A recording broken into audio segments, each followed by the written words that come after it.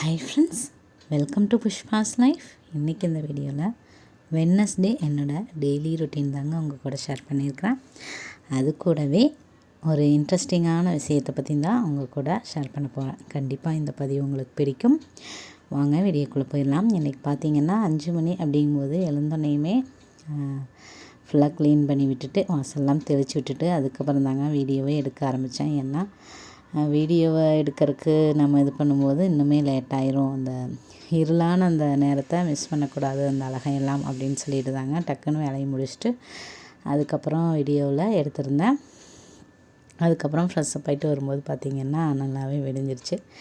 இன்றைக்கி சரி செவ்வாய்க்கிழமை அப்படிங்கிறதுனால சரி முருகருக்கும் வெற்றிலை தீபமெல்லாம் போட்டுடலான்னு கடைக்குமே போயிட்டு வந்துட்டேங்க. போய் வெற்றிலையுமே வாங்கிட்டு வந்துட்டு அதுக்கப்புறம் தான் செம்பருத்தி பூவெல்லாம் பறிச்சுக்கிறேன். செம்பருத்தி பூ பார்த்திங்கன்னா முருகருக்கு ரொம்ப பிடிக்கும் அப்படின்னு சொல்லுவாங்க இல்லைங்களா. சரின்ட்டு பறிச்சுட்டு அதுக்கப்புறம் தீபமெல்லாம் ஏற்ற ஆரம்பித்தாச்சுங்க. சரி, நேற்று ஒரு 2 நாளாகவே நான் பார்த்திங்க அப்படின்னா ஒரு முக்கியமான விஷயத்தை தான் உங்கள் கூட ஷேர் பண்ணிகிட்ருக்கிறேன் அப்படின்னு நான் நினைக்கிறேன். என்றைக்குமே அந்த மாதிரியான விஷயம்தாங்க. கண்டிப்பாக இந்த வீடியோ பார்க்குற யாருக்காக இருந்தாலும் இது யூஸ்ஃபுல்லாக இருக்கும். யாருமே உங்களை புரிஞ்சுக்கலையா அப்படிங்கிற மாதிரியான டைட்டில் தான் இன்றைக்கி நான் கொடுத்துருந்தேன். நான் ஏன் இப்படி சொல்கிறேன் அப்படின்னா, எல்லாத்தோட வாழ்க்கையிலையுமே ஒவ்வொரு கட்டத்துலேயும் நம்ம ஒவ்வொருத்தராக கடந்து வர வேண்டிய ஒரு சூழ்நிலை இருக்கும். இப்போ நம்ம பெண்கள் அப்படின்னு பார்த்திங்கன்னா நம்ம வீட்டில் வளர்ந்துருப்போம், அம்மா அப்பா கூட வளர்ந்துருப்போம். அடுத்த கட்டமாக பார்த்திங்க அப்படின்னா அவங்கள விட்டுட்டு ஒரு வேலைக்கு போகலாம். அதுக்கப்புறம் பார்த்திங்கன்னா நம்ம வேலைக்கு போகும்போது நம்ம எப்படி நம்மளோட சொந்த முயற்சியினாலையும் நம்மளையும் பாதுகாத்துக்கிட்டு நம்ம வெளியில் போயிட்டு வரக்கூடிய ஒரு சூழ்நிலையெல்லாம் தாண்டி வந்திருப்போம். அது அந்த சிச்சுவேஷனில் பார்த்திங்கன்னா அது நம்மளுக்கு ஒரு டார்கெட்டாக இருக்கும். இப்போ நம்ம ஸ்கூல் படிக்கும்போது நம்மளை கொண்டு போய் விடுவாங்க, நம்ம அப்பாவே கொண்டு போய் விடுவாங்க. அதுவே நம்ம காலேஜ் போகும்போது நான் அப்படி தாங்க இருந்தேன். முதல்ல காலேஜ் போகும்போது பார்த்திங்க அப்படின்னா அந்த பஸ்ஸில் ட்ராவல் பண்ணி போயிட்டு வரும்போது தனியாக போக முடியுமா அப்படிங்கிற மாதிரியான ஒரு பயம் கூட இருந்தது. ஆனால் அதுவே பார்த்திங்க அப்படின்னா அவ்வளோ ஒரு நாம் நம்மளோட தன்னம்பிக்கையும் சரி, நம்மளோட அடையாளம்னு கூட சொல்லலாம், நம்மளை பற்றி நம்ம தெரிஞ்சுக்கிறதுன்னு கூட சொல்லலாம், ஒரு தைரியமாக நம்ம நிற்கிறதுக்கு உண்டான ஒரு நேரம் அப்படின்னு கூட சொல்லலாம். அந்த மாதிரி நம்ம வீட்டில் நம்ம பெற்றோர்களையெல்லாம் விட்டுட்டு போயிட்டு வரும்போது நம்மளாலையும் நிறைய விஷயங்கள் செய்ய முடியும் அப்படிங்கிற அந்த விஷயங்கள்லாம் நம்மளுக்கு புரிய வரும். அடுத்த ஸ்டேஜ் பார்த்திங்க அப்படின்னா வேலைக்கு போகிற இடமும் சரி, எப்போவுமே ஒரு பாதுகாப்பான ஒரு உணர்வோடையே இருந்த நாம் பார்த்திங்க அப்படின்னா வேலைக்கு போனதுக்கப்புறம் நிறைய விஷயங்களை, அதுவும் பெண்கள் அப்படின்னாவே நிறைய விஷயங்களை சந்திக்க வேண்டி வரும். அதையெல்லாம் கடந்து வந்திருப்போம். அதுக்கப்புறம் பார்த்திங்க அப்படின்னா வேலைக்கு போகிறது அப்படின்னா என்னோடய அனுபவம் என்ன அப்படின்னு பார்த்திங்கன்னா, அங்கே சில பேர் இருப்பாங்க, ஒரு வருஷ கணக்காக வேலை செய்கிறவங்க அப்படின்னா புதுசாக நம்ம ஜூனியராக ஜாயின் பண்ணோம் அப்படின்னா அவங்களுக்கு அவங்க சொல்கிற மாதிரி கேட்டுக்கிட்டோம் அப்படின்னா தான் நம்மளுக்கு சில விஷயங்களையெல்லாம் கற்றுக் கொடுப்பாங்க. அந்த மாதிரியெல்லாம் இருக்கும். ஆனால் அதெல்லாம் தெரியாமல் நான் நிறைய டைம் வீட்டுக்கு திரும்பியெல்லாம் வந்திருக்கேன் வேலைக்கு போயிட்டு. அது நிறைய பதிவுகளில் நான் சொல்லியிருக்கிறேன்னா என்ன அப்படிங்கிறது எனக்கு தெரியல. நான் அக்கௌண்ட்ஸ் படிச்சிருந்ததுனால பிகாம் அப்படிங்கிறதுனால ஒரு அக்கௌண்டண்ட்டாக தாங்க ஜாயின் பண்ணியிருந்தேன். அவங்க பார்த்திங்க அப்படின்னா ரொம்பவுமே ஒரு எப்படி சொல்கிறது, நம்மளை ரொம்பவுமே ஒரு மட்டம் தட்டுற மாதிரியான ஒரு இது பண்ணிக்கிட்டே இருப்பாங்க என்னோடய அக்கௌண்டண்ட். அதனால் பார்த்திங்க அப்படின்னா ரொம்பவுமே அதெல்லாம் தாங்கிக்க முடியாமல் நம்ம வீட்டில் நல்லா செல்லப்பிள்ளை மாதிரி வளர்ந்துட்டு வெளிப்பக்கம் போனோம் அப்படின்னா இந்த மாதிரியெல்லாம் இருக்கும் அப்படிங்கிறதெல்லாம் தெரியாமல் பார்த்திங்கன்னா நான் வேலையை விட்டுட்டேன். அம்மா பார்த்திங்க அப்படின்னா சரி பரவாயில்ல விடுமா, போகாட்டி பரவாயில்ல அப்படின்னு சொல்லிட்டாங்க. ஆனால் நிறைய விஷயங்கள் தெரியாமையே நான் அதை பண்ணிட்டேன். ஆனால் இப்போது மேரேஜ் ஆனதுக்கப்புறம் பார்த்திங்கன்னா நான் ஒரு கம்பெனிக்கு தான் போயிருந்தேன் டெய்லராக அப்படின்னு சொல்லியிருப்பேன் அப்படின்னு நினைக்கிறேன். அங்கே நிறைய விஷயங்கள்லாம் சொல்லும்போது எங்கள் வீட்டுக்கார் நிறைய விஷயங்கள் ஷேர் பண்ணுவார். இதையெல்லாம் நம்ம கடந்து வரணும் அப்படிங்கிற மாதிரி ஒரு நம்பிக்கையை கொடுப்பாங்க. ஆனால் அப்போதைக்கு நான் அம்மாவோட வளர்ந்ததுனால பார்த்திங்க அப்படின்னா அம்மா நான் வருத்தப்படுறது சரி வேண்டாம் வீட்டிலையே இரு அப்படின்னு சொல்லிட்டாங்க. நிறைய விஷயங்கள் நம்ம கடந்து வரணும் அப்படிங்கிறது எனக்கு தெரியாமையே போயிடுச்சு. அதுக்கப்புறம் பார்த்திங்கன்னா ஃப்ரெஷர்ஸாக இருந்தால் தான் அந்த மாதிரி அசிஸ்டண்ட்டாக சேர்த்திக்கிறாங்க. ஒரு 2 வருஷம் போனதுக்கப்புறம் பார்த்திங்கன்னா எவ்வளோ எக்ஸ்பீரியன்ஸ் அப்படின்னு சொல்லி கேட்க ஆரம்பிச்சிட்டாங்க. அதனால் பார்த்திங்கன்னா வேலைக்கே போக முடியாது அப்படிங்கிற மாதிரியான ஒரு மனநிலைமையில் நான் இருந்தேன். இருந்தாலும் இப்போ நிறையா ஆப்பர்ச்சுனிட்டிஸ் எல்லாம் இருக்குது. அதெல்லாம் நம்ம கொஞ்சம் யோசித்து பார்த்தோம் அப்படின்னா நிறைய ஆப்பர்ச்சுனிட்டிஸ் நம்மளுக்குமே இருக்கும். அதை நான் தேடி போகலாம். சரி, நான் எங்கேயோ போயிட்டேன் அப்படின்னு நினைக்கிறேன். அதுக்கப்புறம் பார்த்திங்கன்னா நம்மளோட மேரேஜ் லைஃப்லேயும் பார்த்திங்க அப்படின்னா நம்ம வீட்டுக்காரரை நம்பி இருப்போம். ஏதாவது ஒரு கட்டத்தில் அவங்களுக்கும் நம்மளுக்குமே கூட ஏதாவது ஒரு வாக்குவாதமோ ஏதாவது ஒன்று வரும். அப்போவும் அதையும் தாண்டி நம்ம சில விஷயங்களை புரிஞ்சுக்கிட்டு அதையும் தாண்டி வந்திருப்போம். அதுக்கப்புறம் பார்த்திங்கன்னா நம்ம குழந்தைகளை வளர்த்தும் போது நம்ம அவங்களுக்காகவே எல்லாமே பார்த்து செய்வோம். ஆனால் அவங்களே நம்மளை கேள்வி கேட்கும்போது தான் நம்மளுக்கு ஒரு உண்மை புரிய வரும். எதுலேயுமே பற்று வைக்கக்கூடாது அப்படிங்கிற மாதிரி சில விஷயங்கள்லாம் நிறைய பேர் சொல்கிறத, ஞானிகள் சொல்கிறத கேள்விப்பட்டிருப்பீங்க அப்படின்னு நினைக்கிறேன். அது எதனால், அதாவது தாமரை எப்படி அந்த தண்டு ஒட்டியும் ஒட்டாமல் அந்த தண்ணியில் இருக்கும் அந்த மாதிரி அப்படிங்கிற மாதிரியெல்லாம் நிறைய விஷயங்கள் சொல்கிறத கேள்விப்பட்டிருப்பீங்க அப்படின்னு நினைக்கிறேன். இதெல்லாம் நான் எதுக்காக சொல்ல வர்றேன் அப்படின்னா, ஒவ்வொரு சூழ்நிலையிலும் ஒவ்வொரு விஷயத்தையுமே நம்ம கடந்து வந்துக்கிட்டே இருக்கிறோங்க.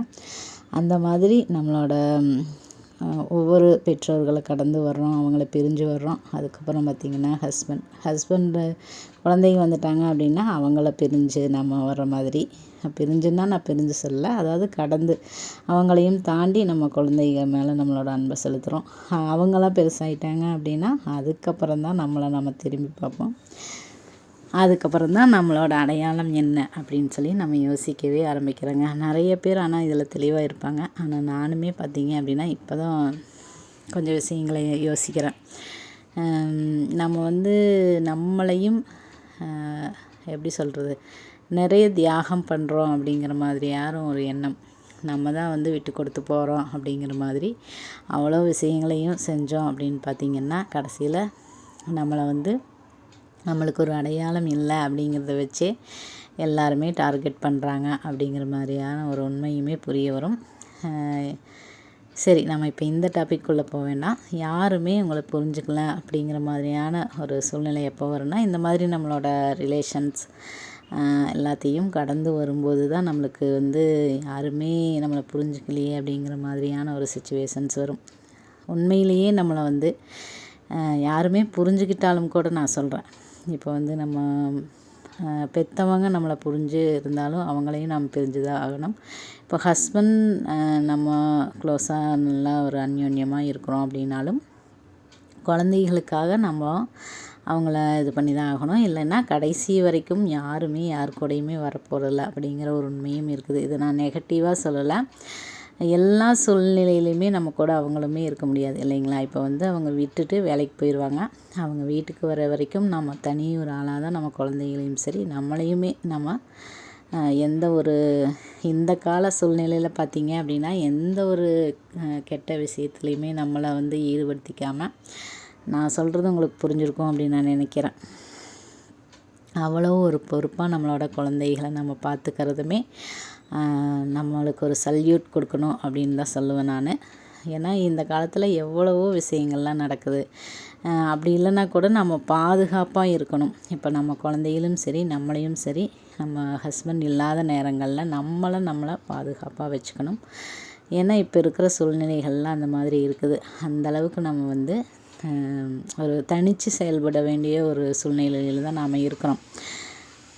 அதையெல்லாம் யோசித்து பார்த்தீங்க அப்படின்னா நமக்குள்ள ஒரு கருத்து வேறுபாடு நம்ம குழந்தைகிட்டையாக இருக்கலாம், இல்லைன்னா நம்மளை ஹஸ்பண்ட்கிட்டையாக இருக்கலாம், இல்லை நம்ம சொந்த பந்தங்கள், ஒரு நாத்தனார், இந்த மாதிரி அண்ணி, இந்த மாதிரிலாம் நிறைய சொல்லுவாங்க, அத்தை, இந்த மாதிரிலாம் சொல்லுவாங்க.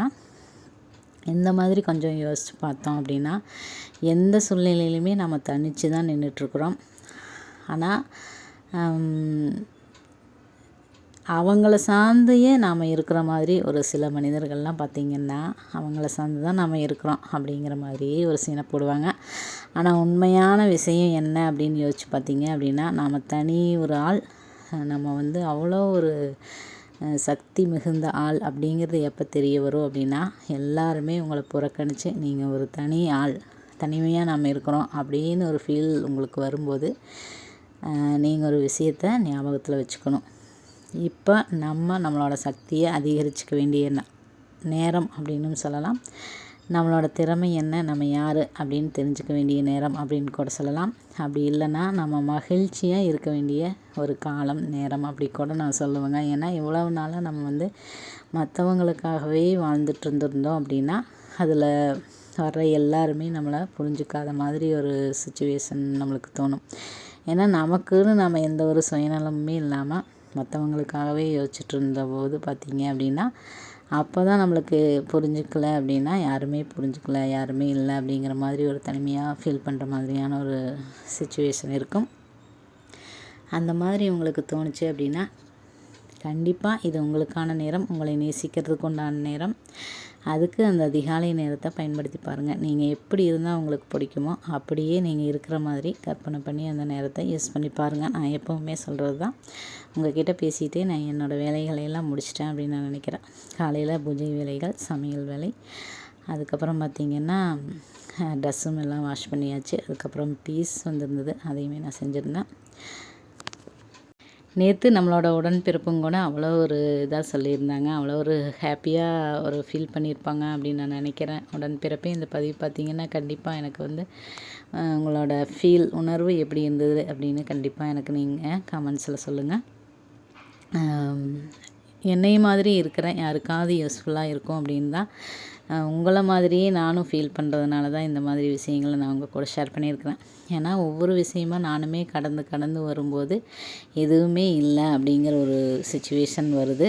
அப்போ தான் நம்ம யார் அப்படிங்கிறதும் தெரியுது. உண்மையான சந்தோஷமும் மன நிறைவும் எது அப்படிங்கிறதும் எனக்கு புரியுது. உண்மையான சந்தோஷம் அப்படிங்கிறது நாம் மற்றவங்களுக்காக செய்யக்கூடிய சில விஷயங்களும் சரி, அதுக்காக நாம் நமக்குள்ளேயே தெளிவாகவும் ஒரு உணர்வு பூர்வமாகவும் ஒரு உண்மையாகவும் ஒரு ஆளாக நம்ம மாற்றுறதுக்கு உண்டான அந்த நேரம், அது ஒரு பக்தியாக இருக்கலாம், இல்லை நமக்கான ஒரு எக்ஸசைஸாக இருக்கலாம், யோகாவாக இருக்கலாம், வாக்கிங்காக இருக்கலாம். அந்த மாதிரி நமக்காக சில டைம் ஸ்பெண்ட் பண்ணும்போது தான் நம்மளோட ஒரு எப்படி சொல்கிறது, ஒரு தனிமையாக இருக்கிறோம் அப்படிங்கிறது எவ்வளோ ஒரு பெரிய பாதுகாப்பான ஒரு நேரம். அதை எப்படி வேணாலும் நம்ம யூஸ் பண்ணிக்கலாம். அது நமக்கான நேரம், நம்மளோட வளர்ச்சிக்கான நேரம் அப்படின்னு கூட நான் சொல்லுவேன். கண்டிப்பாக அதை வந்து நீங்கள் யூஸ் பண்ணி பாருங்கள். யாருமே உங்களை புரிஞ்சுக்கலாம் அப்படின்னு என்றைக்குமே நினைக்காதீங்க. நீங்கள் இந்த மாதிரி உங்களை நீங்கள் யூஸ் பண்ணி உங்களோட வாழ்க்கையில் நல்லபடியாக ஒரு சந்தோஷமாகவும் மகிழ்ச்சியாகவும் ஆரோக்கியமாகவும் இருக்கும்போது உங்களை தனிமைப்படுத்தினவங்க, உங்களை விமர்சனம் பண்ணுவாங்க, அந்த மாதிரி ஒதுக்குனவங்க யாராக இருந்தாலுமே உங்களை தேடி வருவாங்க. எப்படி நீங்கள் இவ்வளோ ஒரு சந்தோஷமாக இருக்கிறீங்க, இவ்வளோ ஒரு ஆரோக்கியமாக இருக்கிறீங்க அப்படிங்கிறத தெரிஞ்சுக்கிறதுக்காகவாவது கண்டிப்பாக வருவாங்க. அதனால் யாருமே இல்லைன்னு என்றைக்குமே யாருமே ஃபீல் பண்ணாதீங்க. இந்த உலகத்தில் உங்கள் உடம்புல உயிர் இருக்க வரைக்கும் உங்களுக்கு நீங்கள் இருக்கிறீங்க, பிரபஞ்சம் இருக்குது. அகழ்வாரை தங்கும் நிலம் போல் தம்மை இகழ்வார் பொறுத்தல் தலை அப்படிங்கிற மாதிரி அந்த நிலம் நம்ம எல்லாத்தையுமே தாங்கிக்கிட்டு இருக்குது, நம்ம நேசிக்கிறவங்களையும் நம்மளையும் கூட. அதனால் யாராக இருந்தாலும் யாருமே புரிஞ்சுக்கல அப்படிங்கிறத விட்டுட்டு உங்களை நீங்கள் கொஞ்சம் புரிஞ்சுக்கிறதுக்கு முயற்சி பண்ணுங்கள். அதுக்கு அந்த அதிகாலை நேரத்தை பயன்படுத்தி பாருங்கள். ஓகே ஃப்ரெண்ட்ஸ், இந்த பதிவு உங்களுக்கு பிடிச்சிருக்கும் அப்படின்னு நான் நம்புகிறேன். மீண்டும் ஒரு நல்ல பயனுள்ள பதிவுடன் உங்களை சந்திக்கிறேன். அதுவரை உங்களிடமிருந்து விடைபெறுவது நான் உங்களுடைய அன்புள்ள தோழி புஷ்பா. இந்த வாழ்க்கை நமக்கும் நம்மளை சுற்றி இருக்கிறவங்களுக்கும் மகிழ்ச்சியவே தரட்டுங்க. தேங்க்ஸ் ஃபார் வாட்சிங் ஃப்ரெண்ட்ஸ். தேங்க்யூ.